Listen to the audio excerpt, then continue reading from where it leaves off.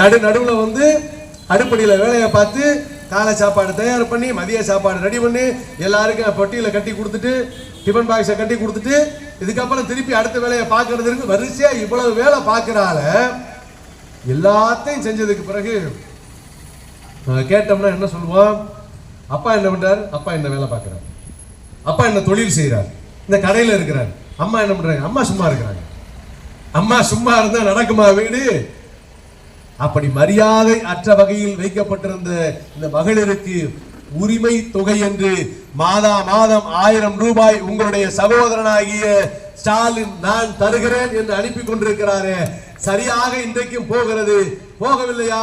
உங்களுடன் ஸ்டாலின் நான் இருக்கிறேன், யாருக்கெல்லாம் வரல அதையும் பட்டியலில் சேர்ப்பதற்கான சிறப்பு முகாம்களை நான் அமைத்து தருகிறேன் என்று சொல்லுகிற சுயமரியாதையை எல்லா மக்களுக்கும் வழங்க வேண்டும் என்று சொல்லுகிற அரசு இன்றைக்கு நடைபெற்றுக் கொண்டிருக்கிறது.